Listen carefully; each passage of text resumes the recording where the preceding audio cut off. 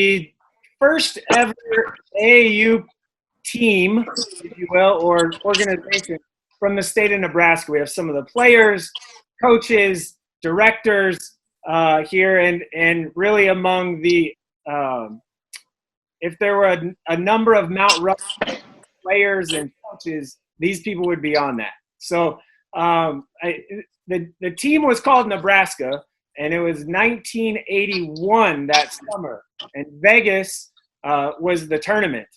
And the founder or brain trust was Gary Mouden, right, Gary? I helped get it started, and I asked Dick to join forces. One thing that's kind of interesting, and I was talking to a Dirk this morning, that's kind of been forgotten. Actually, we tried to get this thing going the year before. In the 80s, that should have been the first team to go out. But we got stalled by the Nebraska School Activities Association. And Jim Riley was the executive director, and he was worried about exploiting players, and they didn't want the all-star concept of watching high school players and that selecting an all-star team. So that put us on the sideline for the 1980 team.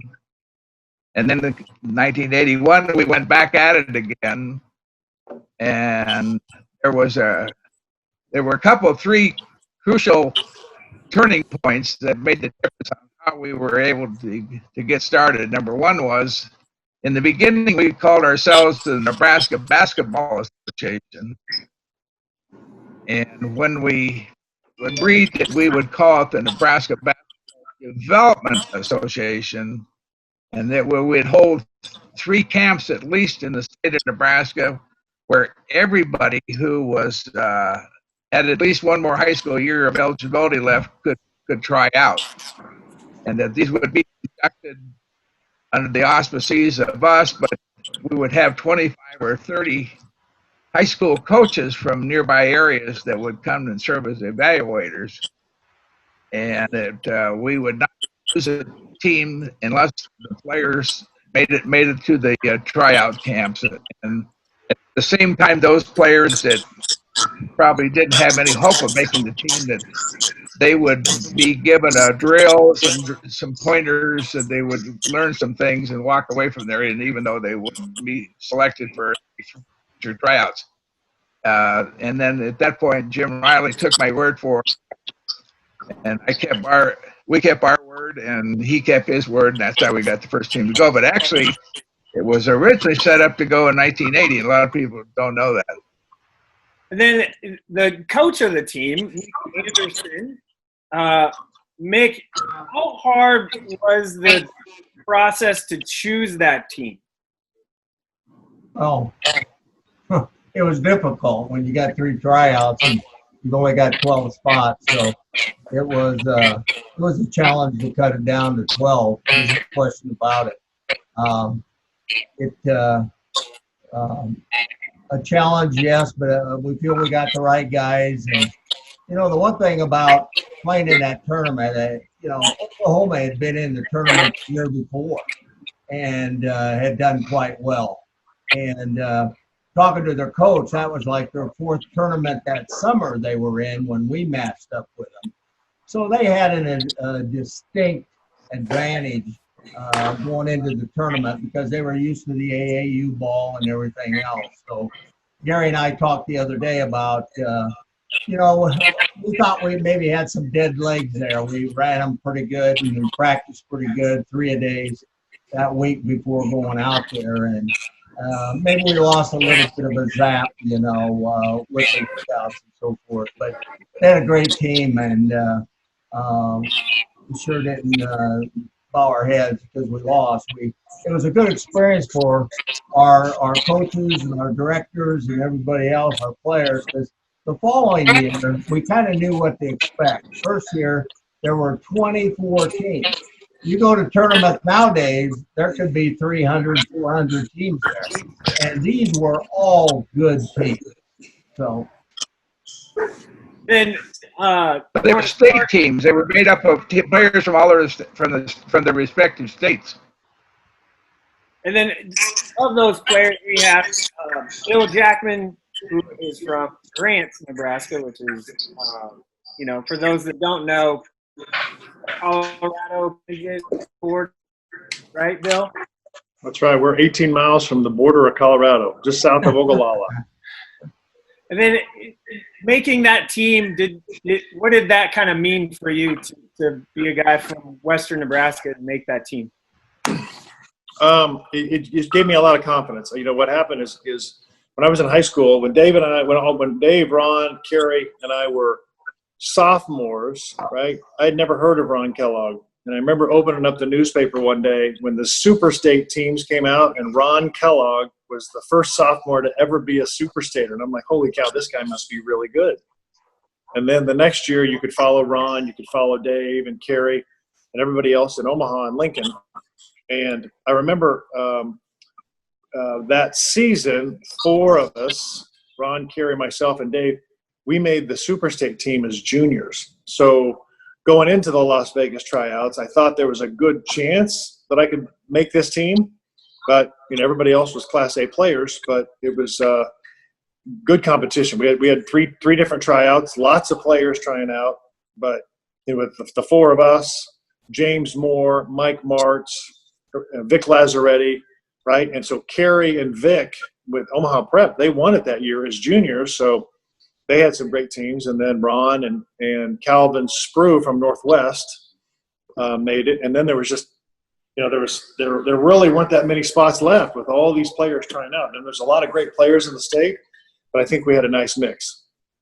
And then 2 of Omaha's finest, if you look up the best players in Omaha high school basketball history, one would be Ron Kellogg from Northwest, and the other would be Dave Hoffman from Vincent. And you guys made the team. So let's start, Dave, let's start with you. Making the team, obviously, was that kind of a given for you because you were such a known name, or what was your feeling? No. I mean, I think I was a no name as a sophomore, and then played pretty well as a junior. But I wasn't this stud or anything at that point. It was a unique experience because I wanted to kick Ron's butt, and I wanted to kick Kerry's butt every time we played them. I didn't like them.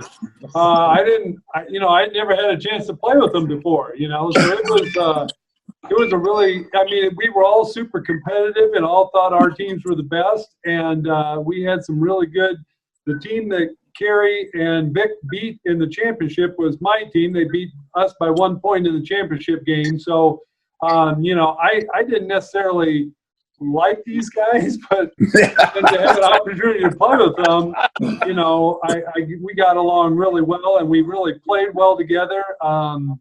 We were a bunch of unselfish guys. We didn't have anybody that was a ball hog. We didn't have any egos. Everybody just wanted to play together and wanted to do the best we could. So it was a lot of fun for me. And then, Ron, I guess that same question for you. What, making that team and actually playing against, guys that you knew and some that you didn't? It definitely was an honor to represent Nebraska in our hometown. Had a lot of competition. It's too bad we couldn't carry a 15-player roster. That would have helped a lot, but all we had room was for 12. I think we all were competitive, and like Dave said, we all were very unselfish. I think at times we were too unselfish. But we played every team. We gave it our best, and it was fun. I'm just glad we had a chance to represent our state and be one of the first team to do so. Yeah, I would say, I've heard some. Ron was a shoe-in. Ron was a shoe-in. Ron was a shoe-in. Oh, my God. He was a rock You star. were too, David. No, you were a shoe-in. No, Ron was a shoe-in. You blew it up, man. You came out of nowhere. You must have trained really hard that summer, man, because you were a totally different player that year. He was a good player. Yes, it's funny. When I had a conversation with one of the reporters from the World-Herald earlier, one of the things he had told me is that, listen, he goes, I've heard about this class of 1982 with Ron Kellogg and Dave Hoppin and Kerry Trotter and all the players as this being the gold standard for Nebraska high school basketball. But he said, I had no idea that you guys practiced together and played together. And, you know, I said, oh, yeah, we had a great chance to go out to Vegas and play on this team that Dick Hudson and Gary Mowden put together. And we had great coaches. And how many players tried out, Gary? How many players in the 3 camps tried out? About 600. Oh, Wow. 600 players. About 600 200 in each camp. That's Mike, amazing. if I could throw this in about the final tryouts, we had, from that 600, we pared it down to about 25 and had a second round tryout the next week. Then that night, the coaching staff, we met to pick the team. It took us about 7 seconds to come up with the first 9 players. And it took us about 3 hours to come up with the last. And here's a point of interest. We only took 11 players the first year because we were scrapping to get enough money raised, but the tournament had a different, unusual rule. Remember now, this was a kind of a national recruiting bed for all these college coaches. So they wanted to watch everybody play.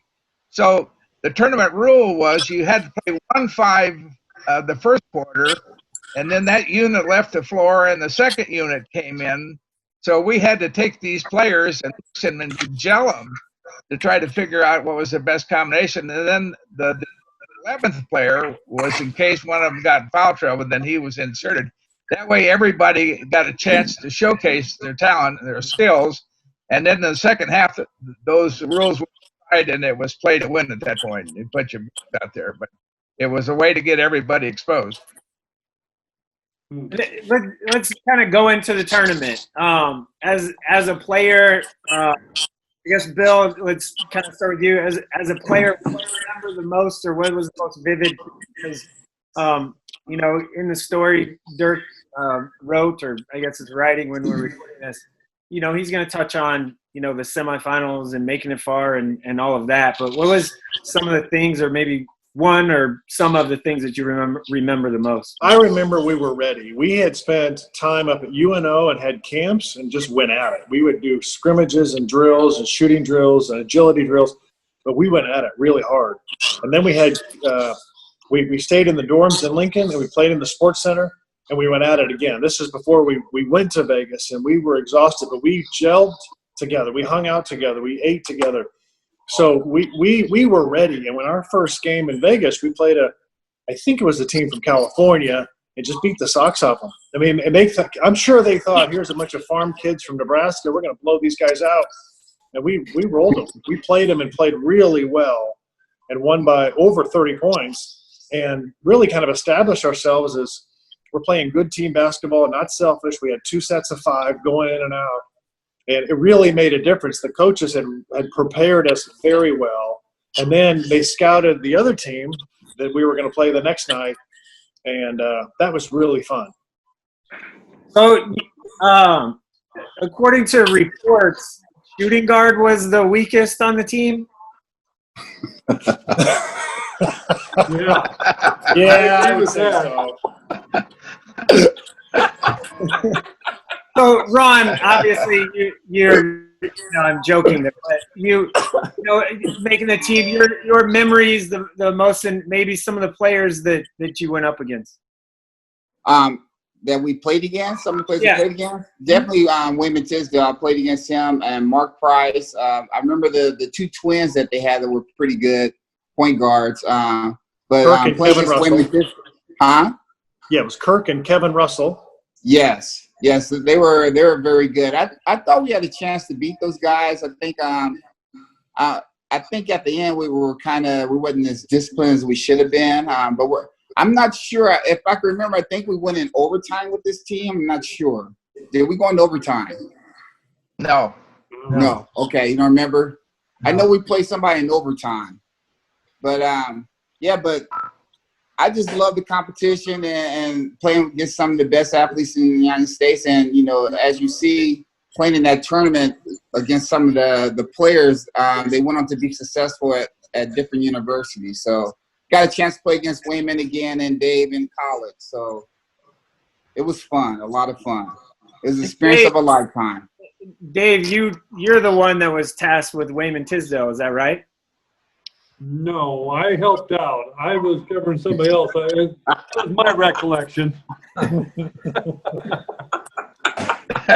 I don't remember so much in that high school game how he did against me. I remember he kicked my butt quite a few times in college, but I mean I would have a game where I'd have 25 points against him in college, and he'd outscore me 35-25 or something. So there weren't too many guys I was really afraid of in college. Wayman was one that he would, if you didn't play as hard as you could, he would drop 50 on you and not even think about it. So he would embarrass you pretty quick. But I remember one of my recollections from playing the Vegas team is after we had won one of our games, the reporters asked me and Ron to stick around afterwards and answer some questions or something. So we did. And then we walked back to the hotel or do something. I don't know. The team left and they went back. They ate supper and everything. And so we went down to our dining room and stuff and this banquet room. And so we told the guys we were there with the Nebraska team to eat. So they fed us, and so then they come out and they give us a bill. And we're like, we and Ron together had about $5 combined. And we don't have any money. And they said, well, how do you just ate this meal? We're like, we don't. And so Ron is like asking if we could wash dishes or whatever. He's like, we'll do whatever, And I don't know, we end up getting a hold of Gary or Dick or something and got it taken care of. But yeah, they were going to end up making us wash dishes, I think. So that was a good guy. What for the players? What were the practices like? Playing against each other. You said they're almost legendary. Just hearing conversations and things about how hard it was to prepare for that, and you really didn't know what you're getting into. So what were some of those practices like as far as competitiveness? Well, for me, our practices were very intense. They were intense practices. Everybody going hard at each other. Everybody want to beat each other up and try to improve to get better. And especially since, from every different high school, the ball was pretty much in our hands. So, but when we got together with this team, we became very unselfish with each other. So I thought that was a good thing. But our practices were intense. Yeah, a lot of the practices, you had Vic Lazzaretti, who was a great center from prep, going against Dave. And on the power forward side is Mike Martz and James Moore. And then, you had the guards. You had Matt Peterson from Westside. You had Mark Diaz from Lincoln Northeast. And then you had Ron and Kerry just going at it. So they could really play. And, the thing about Kerry could play. He had no weaknesses to his game. He could dribble. He could score. He could rebound like crazy. And he was a great defensive player. So when Kerry would guard Ron, it was just fun to watch these guys go at it. Just like you did in the state championship or the state semifinals the next year. Unbelievable. Right. Unbelievable. I wish Kerry was on here today. Kerry was the most complete player of all of us. So that of anybody that played in the Class 82, Kerry, he was ahead of his time as far as being a point forward. He was. About those Oklahoma guys. But, Kerry was a 6'5" guard trying to bring it up against, a double team of these two little guards and stuff. But he was way ahead of his time. There weren't any big point guards at that time. So Kerry could bring it up. Kerry could post up. Kerry could pass.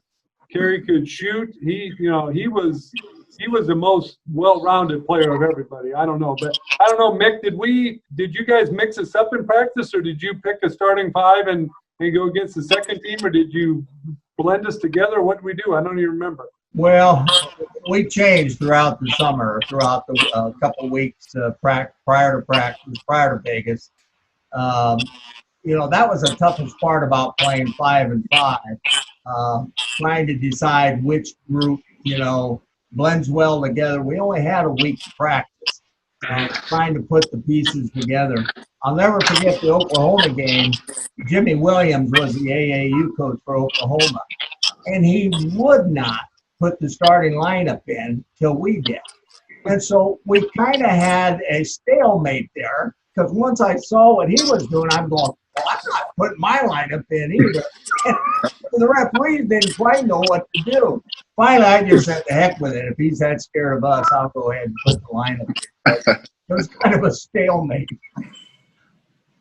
You know, a big thing I remember about the Vegas team is coming from Grant. Grant was a town of 1,100, and there were some folks from Grant who loved to gamble in Vegas. So there was one person, Bill Long, who was a big town supporter.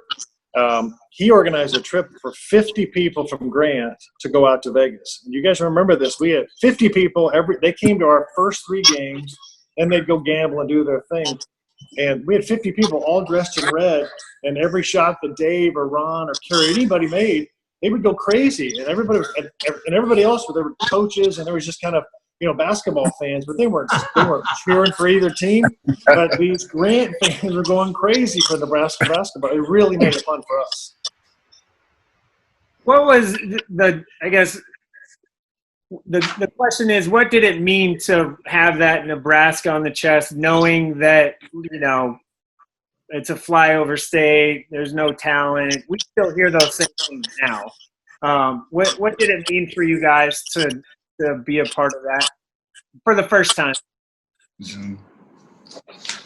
It meant a lot to me wearing Nebraska across my chest. I'm still a big fan of Nebraska. I've always been a big fan of Nebraska's football. Born and raised watching it. I was proud to represent my state and my city, and it meant a lot to me. Me the same. To be a part of something very, very special, right? And now 39 years later, we're talking about it with the architect, with the coaches, with 2 of the best players, right? And to be a part of that was really a special thing, to represent it and to know that so many people were following us in Vegas the first game and we won, and the second game we won, and the third game we beat Oregon. And then we played Oklahoma in the 4th game, and so it was really fun to be a part of that. Very, very special. I think, Ron and Bill and myself we had all gone to this all-star camp in Rensselaer, Indiana, a year or so before, and had all played pretty well. And so I think we knew inside that we could probably play, but we didn't know we could play as a team together. I mean, because, we knew we could do it individually, but when you're putting all those parts together, I mean, that was, that we really, other than the point guard, which we keep harping on, but Kerry was our point guard, but we really had all the elements. We had a really good starting 5, and we had good players across the board. I mean, if you double team me, then we had Ron and Kerry outside shooting. If you covered them, they could throw it inside to me. So we really it was a really balanced team. There's just, Dean Thompson, I talked to him a lot. I still know him, and he was 2 years older, and he was so mad that he never got to play with us, and that the 82 class is so good and stuff because he was 1980, but it would have been really good if we could have had him on the team. But just to be able to go out there and play together as Nebraska, going in with no expectations, and nobody really thought we were going to do any good out there, and we ended up playing really well. Yeah, I remember watching. We watched. I think one of the games before us was the New York Gauchos, and they really had an all-star team of guys. They had Alfonso Johnson. He changed his name to Buck Johnson from Alabama. I think Richard Relaford was one of the top players in the country. He played for New York Gauchos. We saw these guys in Duncan. We thought, how are we going to play against these guys? And they never, we never ran against them. But they may have faced Oklahoma or some other team in the tournament. Do you remember, Mick? The Gauchos together, though. I think they got beat by Oklahoma because Oklahoma played Los Angeles in the finals. Did Oklahoma end up winning it all? Yes. Yes. Yes. So if we would have beat them, we had a chance to win it all ourselves. Yep. Yeah.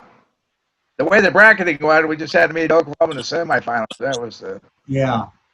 Oklahoma, we lost 2 in a row. So we lost to Oklahoma and then the next team. That's why we got. We lost to Utah on a last second shot. Last second shot. Our heads were hanging. Utah beat us.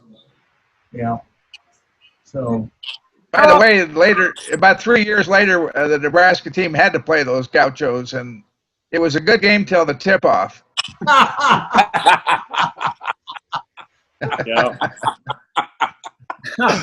Woo! How, There was a lot of intimidation there. That was nothing but intimidation and fear. Yeah, they came to Las Vegas right from Europe. They'd been on tour in Europe. Oh yeah. Yeah. Well, they have more game experience. Yeah. One thing that's interesting about this Oklahoma game, now here it is, like Bill said, 40 years later, we're talking about it. When I moved out here in 1990, and a lot of people that followed the tournament officials and stuff, they talked about that Oklahoma game like it was played yesterday. Really? They remembered every play. They remembered the sequences and how the game unfolded, and there was a lot of memories held of that. It was quite a night. Well, you remember that was the semifinal, so a lot of coaches trailed into the gym, and you saw a lot of big name coaches out there watching. Oh yeah, all the talent was out there. Speaking of thing I players, remember. Go ahead, Gary. Well, I was just going to point out that we shouldn't pass over the fact that we've lost two of the players from that team. Matt Peterson from Omaha West Side's passed away, and then Calvin Cotton from Omaha Tech. Right. Really? Both of them died pretty young in life. Yes. Yeah.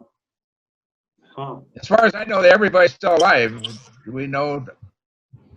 I think that's right. Ron, do you have any clue what's happened to Calvin Sprue? No, last I know, Calvin Sprue was living in Topeka, Kansas. He was had a family up there, but I haven't heard from or seen him in a while since my days in Lawrence, Kansas. So, you're looking at 30-some years ago. Yeah. Yeah, I've lost track of him. I know that Lazzaretti's in Ohio, isn't he? Mike March is in Ohio. Mike March is in Ohio.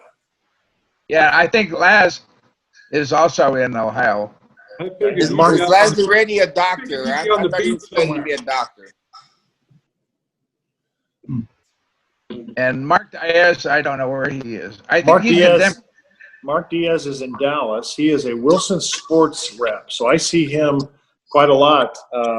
I've been the Nebraska rep to the Goodyear Cotton Bowl, and Mark's firm, Wilson Sports, supplies all the footballs to the Cotton Bowl. So I see him, and wow. he's doing very well. Good. Mark Diaz. He played football at Nebraska.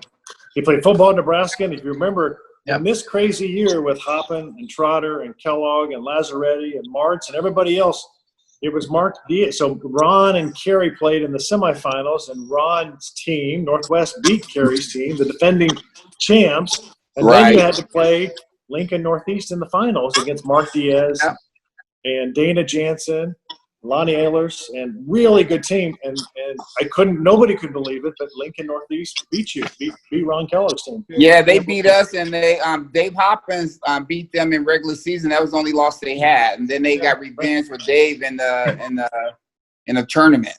Yeah, we beat them in January or something by like a dozen or something like that, and then we got in the semifinals. We thought we were going to run them over. We only lost by 30, I think. So it was a good game. And I think we were thinking too far ahead because it was like, oh no, we don't want to play against Dave Hopkins in the championship game. You didn't have to worry about it. It was over after the first quarter. It's a good player like Dana Jansen. We had to leave behind the Lincoln. Did he try out for the team? Yeah, he did. Kevin Cook, those guys. Jansen was a small college All-American at Westland. Oh yeah. And we were loaded on big people that year. Yeah. Right. Kevin Cook, Lonnie Ehlers, they were loaded. That team. If he'd have been a year later, he'd have been a first-team All-Stater for sure. I mean, he was a good player. Yes, he would have. I think Dana matured later, didn't he? He got bigger and stronger. Yeah. And Bart Kofod would have been a great addition to the team. What a great player. Yeah. Who was going to babysit him in Las Vegas, though? Yeah. Him and Ron in the room together. They'd have never slept. Yeah. No kidding. We had to take along a parole officer to keep an eye on Kofod. You need an armed guard outside I the door. think I was just a little too scared of Vegas. That city was just a little too open for me. Hey, I'll tell you a funny story. So you guys put Ron and me, the kid from Grand and the kid from Northwest, together as roommates out in Vegas, right? Yeah, So that we're was hanging done on out. purpose. That was all done on Why? purpose. We wanted to mix everybody up. We wanted to put That's big good. city kids, But little kids, I'll whites tell you a and funny blacks. story. And, Yeah, Remember that this, was Ron? good. So the last night we had played Utah, and we lost on a last-second shot. And all the players were hanging out late at night, right? Probably till 2 in the morning. And Ron and I, we're tired. We go back in our room. We're going to crash. We have to get up like at 4:30 or 5 or whatever the early time was. And Hoppin and Marks and everybody's hanging out in this other room. And it's like 3 o'clock, 3:30. And we get a phone call from Marks. Hey, Billy, you and Ron, come on, we're waiting on you. We're waiting on you. We're in the vans. We're going to the airport. And I'm like, what? What are you talking about? I said, no, it's not. It's 3:30. You know, the power went off. You know, you guys got to go. Put all your stuff together. So Ron and I, Ron, we got to go. We get all of our stuff together, put it in bags. We're like, crap, I had no idea. So we are going down the hallway, and then I see all these guys in this room like, gotcha. And we totally thought it was 6 o'clock. So that was a fun time, very fun time. But I'll tell you what, you know, thanks to Dick Hudson and Gary for putting this together, for financing it for us. Yeah. We had no idea where the funds came from, but we were very fortunate to be a part of something very, very special, right? And now 39 years later, right? I'm a part. You guys are the legends, right? Real legends. I was just happy to be a part of it. So very fun. So thank you guys. It was really great. Bill Jackman, you were a scoring machine in high school, man. You led the state in scoring. You averaged about 30 points a game and over 12 rebounds. So you were a scoring machine, my man. I don't know. Nobody I didn't have to play in the Metro. I did not have to play in the Metro. You know, and what happened is the next year, because all you guys were my buddies, I went to my very first Metro tournament to watch you guys play. And what an exciting thing that was down at the Omaha Coliseum. And in the Metro tournament, right? Everybody came out to see Hop and Trotter and Kellogg and all these players. And wow, that was amazing. I'd never seen bands like that. I'd never seen that was phenomenal basketball. That was really the Civic Auditorium. Yeah, the Civic Auditorium was awesome. Yeah, the holiday tournament was pretty awesome. So yeah, they had smoke all up in the sky. You know, there was smoke in there, foggy. Yeah, it was really, really fun. Yeah. We did not have that in Western Nebraska, so don't worry. It's a little different. A little intimidating, huh? Yeah, pretty fun. A different kind of smell in Western Nebraska. yeah. That it was. For sure.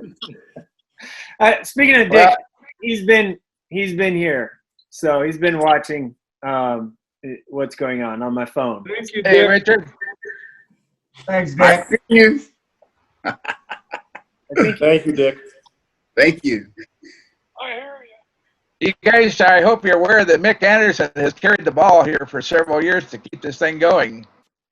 Passed the baton off when I moved out here, and Rick Allure had it for a few years, and then Mick came on, and it's really been the one to keep it rolling. And you may or may not know that they really expanded everything. I mean, we just went to one tournament, but when Mick got in there, Mick, how many tournaments did you guys did all your programs? You had 4 or 5 programs.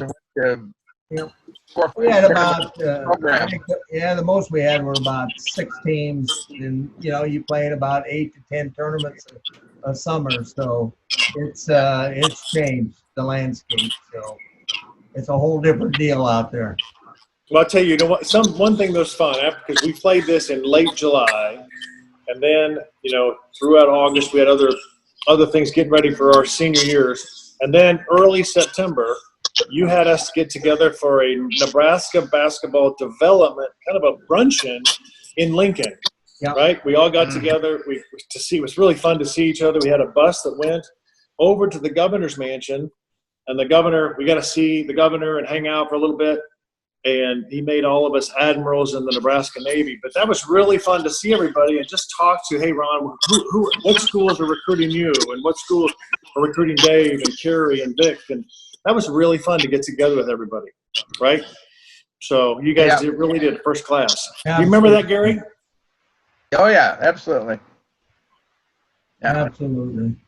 Because a question I get a lot was, did you ever talk to Kellogg and Trotter and Lazzaretti about going to Nebraska, right? I ended up going to Duke, and Ron went to Kansas, and Kerry and Vic went to Marquette. But was there ever conversations? And I said, there really wasn't. We just didn't sit around and said, what if, what if? But, you know, seeing this Nebraska basketball on Kerry's chest and Ron's chest and Vic's, that would have been pretty amazing team, right? I asked Ron to come to Nebraska. He said no. Did? Why did you ask me that, David? I don't know.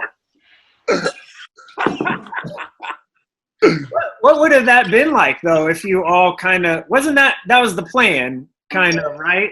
I mean, we have this team, hey, maybe everyone can go to Nebraska. What would have that been like if you all would have played together? Well, for me, I think it would have been very special. I just wish they would have got this team together earlier in our high school years, where we could have been together for at least 2 or 3 years to perform. Yeah. And then you never know from there what kind of team, because we had a good nucleus of players. We have the height, we have the size, we have the intelligence to play the game. But I think about that, and I think that could have been a very special team for Nebraska Cornhuskers. I really believe that. I really believe that. We wouldn't be looking back and saying Nebraska's never won an NCAA tournament game if we'd had that team together. I mean, we'd have won tournament games. There's no doubt. But yeah, you know, we would have went far too, Dave. I think we would have went far in the tournament. The only one that was the linchpin was Kerry. I mean, Kerry from about 7th or 8th grade on was planning on going to Marquette. I mean, he was. Yeah, they had already recruited him early. He was already down. And he never budged at all. He never thought about going to another school or anything. So he was the one that wouldn't have come to Nebraska probably, but it would have been cool if we could have gotten them all together. And his high school coach, Brother Wilmot, Marquette hired him to be an assistant coach. So he had both Vic and Kerry go up there with him. So. Right. Is Kerry in Omaha? He's in Milwaukee still. Oh, is he? Milwaukee. Brother, where's Kurt? I think Kirk's in Omaha. Yeah. I boo him sometimes. He's a ref, so I get on him. I yell at him sometimes for high school games. Yeah. Yeah. He's still in shape. He's a skinny little fart running up and down the floor. I used to love when Kirk guarded me. I was like, I'm about to eat you alive, Kirk.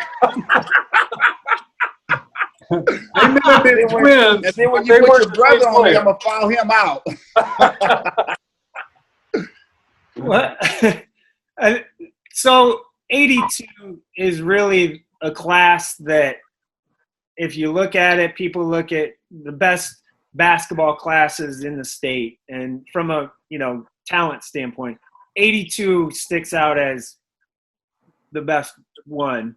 And then 91 or 92 with Woolridge and Strickland, and then now we're seeing sort of I don't want to say resurgence, but a really big boom, right? Where now you have guys getting recruited from North Carolina and all that stuff. And what do you guys kind of see as the difference? Is it just kids playing more? Is it just kids maturing differently? What are some of the things you guys maybe see? Well, for me, what I see is more kids on the circuit in AAU. They're getting that more experience playing on AAU teams. So when they do get on a team like our team was, then they have the experience and they can go in with the knowledge and have the confidence to go in and play, do their very best. That's what I see. For me, we start off young doing AAU teams, but we didn't do as much. But when we went for the North kids, North side, that's what we did when we were young. So we got the experience from that, but we didn't do it as much as the kids are doing now. And Dave, you say you watch high school games, and I mean, you probably go to the state tournament and all that. What are some of the differences, I guess, that you see? Kids are obviously a lot more athletic than we were. Very, very talented. don't have any constraints on them at all. I mean, they just come down and shoot it whenever they feel like it. And I'm not saying that in a bad way. I'm not, but it's just a totally different game now, you know. But a lot of talented kids, a lot younger, you know. Yeah, Ron and Kerry were both good as young kids, but you know, I didn't mature until my junior or senior year, and I don't know about Bill and stuff, but because I didn't even play organized basketball till I was in 8th grade, so there was no AAU teams, or there was nothing for me to play on, you know. So you know, we used to go down and play sometimes at the boys' club and stuff, but we didn't. We were just jacking around, you know. So things are more organized. Guys are ready to play. They know how to play. You know, they're probably more skilled than we were. Except, you know, I don't know about the shooting and stuff. They don't shoot as well as we used to. No. You know, they're skilled. They can all dribble the ball, and you know, from 1 to 5, they all want to be able to handle the ball and stuff. And so yeah, a lot of skilled players. I think we were just a little bit more compartmentalized back then. You know, it was like, you know, Dave, you're a center, so you're going to play here. Ron, you're our 2 guard, or I mean, he might have brought the ball up every now and then, but not a whole lot, you know. But now they're just interchangeable. You know, you've got really 4 guys out there, 4 or 5 that can play just about any position. So, and that wasn't the way it was in high school. Bill, you would have been like a wing or like a 2 through 4 guy, right? Yeah, yep. I was a small forward that could handle the ball. And later on, when I played professionally, I played 2, 3, 4, 5, all the positions because I was bigger and stronger. But I think, what these guys are talking about is, you know, I see the way that Steph Curry and the Golden State Warriors play, right? Our game was totally different because even though the Ron could really shoot and other guys could really shoot, we'd come down, get it set up, pass it around, and if you had an open shot, you'd take it. But the way Steph Curry plays, he'd come down and jack a 3. Back then, Mick would have taken us out of the game and say, listen, son, you can't shoot that 3-pointer when nobody's You're right on that. But now they encourage it because you realize if you can shoot 50% from the 3-point line or close to that, it changes the game because it opens it up tremendously. And we had the shooters on that team, it just wasn't the system that we were playing under. We touched on it a little earlier, but how often do you guys talk to each other or see each other? You know, is this the first time you've maybe seen Ron Kellogg in however many years, or, you know, Mick or Garrett?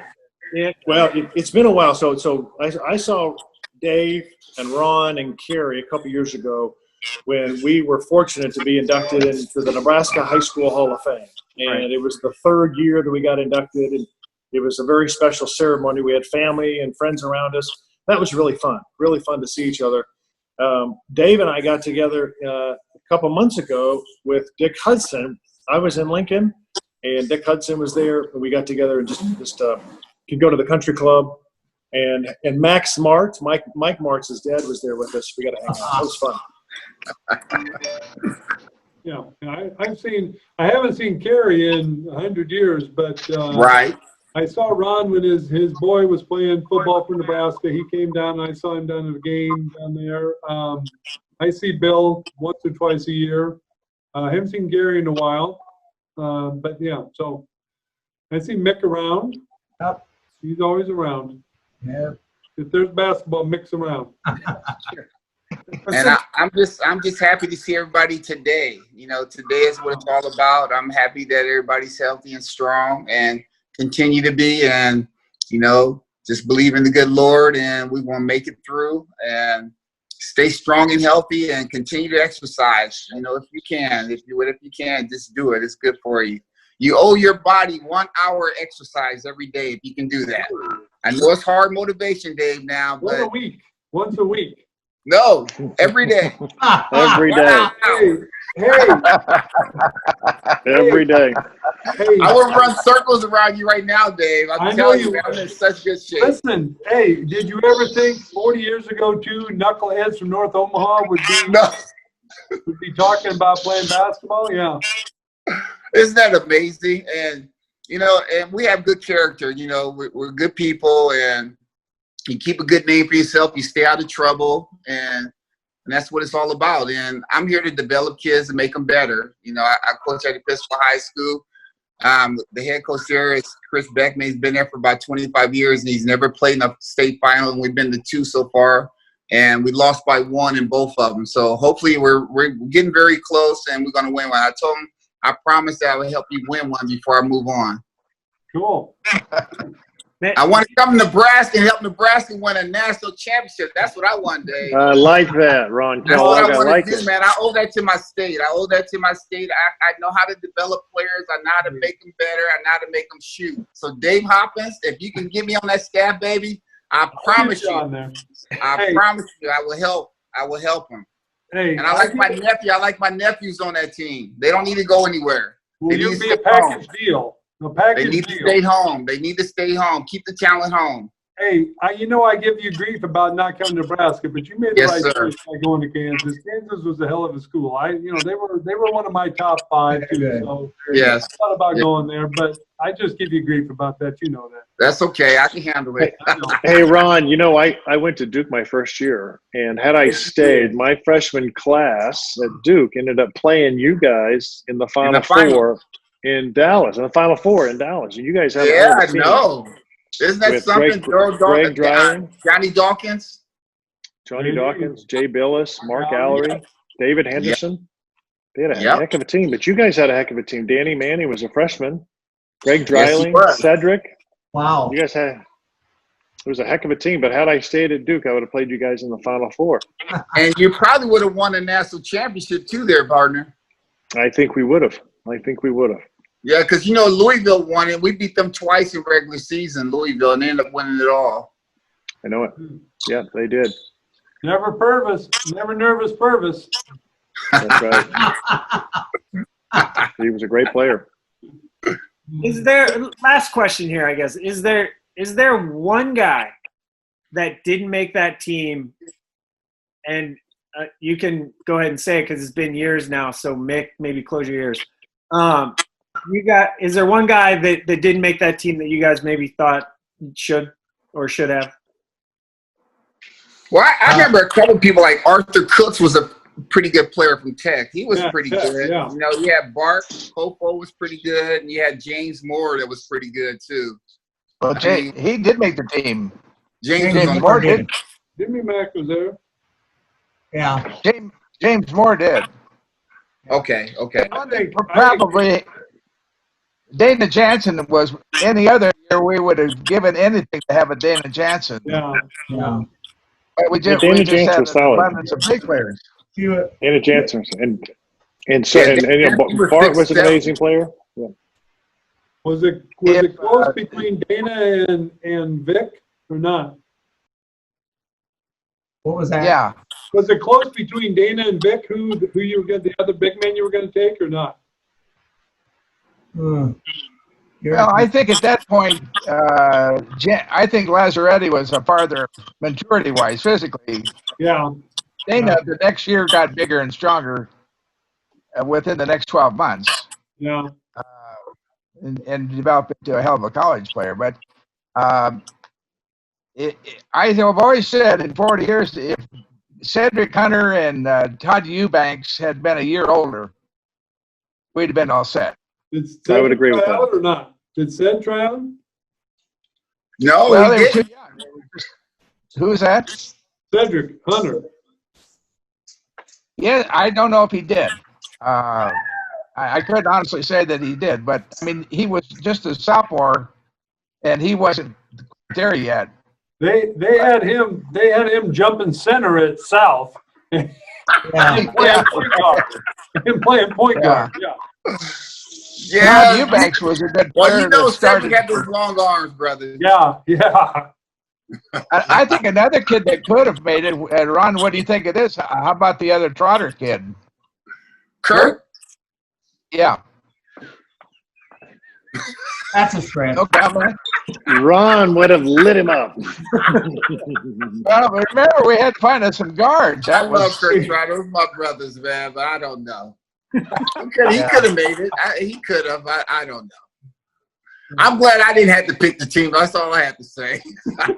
well, like I said earlier, it took us 10 seconds. Yeah. like I said earlier, it took us 10 seconds to come up with the first 8, and then it took us 3 hours plus to come up with the last 3. Well, you know, after being involved in this for 40 years, there's always kids you look back on and wish you would have taken, you know, and you didn't, you know, but you got to look forward. You don't look back. No. Some you miss out on, some you should have taken, some we took we should have left behind. So it just varies. Well, it's not a perfect system. You guys did a great job. I appreciate it. If we had been out here once the year before, where we could have seen what kind of a talent you had to have to play out here and so forth, would have probably helped us in our selection, wouldn't it, Mick? Yeah, I think tremendously. Yeah. So. Well, are they going to try to put a team together this summer or this upcoming year? Or what's going on? Is the COVID stopping everybody from doing everything? I see. Well, the COVID has stopped us. You know, we're the Bison program now. We're not going to field a team this year. There's just too many unknowns. Whether parents can travel, not travel, where are the tournaments? It's just been a nightmare. And I don't know if they'll get cranked up in August and September or not, but then you run into school maybe, you know, and it's just been a mess. What's maybe one final thought, and then we'll wrap it up from sort of each of you just on the team and maybe the friendship that you developed for now 40 years or whatever. I would say it was a very special group to be a part of, right? The very first team. We knew who the stars were from the Metro. I was really honored to be a part of it. And, you know, again, 39 years later, to have a call like this because of how we put it together, how it came about, how in some ways it was kind of a recruiting type of deal for Nebraska basketball to see how well we would do nationally. And then all these years later to see everybody healthy and it was really a special experience. Let me tell you, really special to be a part of. Ron, go ahead. I think Gary, I just want to say thank you for giving me the opportunity to display my talent and to be a part of a unique team. Some of the best talent in the state of Nebraska. I'm happy to be a part of that, and I'm very grateful, and I really appreciate it, Gary. Thank you. Well, and I think, you know, for me, it was probably, you know, one of the most fun times I had playing. You know, I mean, for high school level basketball, for a bunch of, you know, kids from Nebraska to be able to mold us together in a couple of weeks and go out there and play was phenomenal. You know, I think we probably went in without any expectations because we hadn't ever done it before, but that probably helped us. We weren't nervous. We weren't scared or anything. We didn't know what to expect. So we just went out there and played, and it's fun to play with your friends and play with your brothers and go out there and see what you can do, you know? So yeah, thank you guys. It was awesome. Really appreciate it. All right, guys, thank you very much for your time. This was fun. Maybe we should like have an actual reunion sometime and get everybody. Yeah. That'd be great. I would love that. That would be awesome. You know, maybe take a year of planning and no pandemic to get that done. But we can see. Just don't catch it. That's all I have to say. Don't catch it. Good to see y'all. Good to You're see looking healthy. everybody. Thank you. Good to see you, Thank Mick. you, Appreciate it. Dave, See you guys. Jackman. See you, buddy. later, See you, my Ron. man. See you, Good buddy. seeing See you. you, man. God bless all of you guys. Thank you. bet. God bless you. Man. Thanks, Ron. Thank you. Phil, Dave. Gary, good job. Well done. Well done. done. To you and Dick. Stay in Bye, touch. guys. Thanks, Over and guys. out. Okay. Over and out. See ya. Thanks again.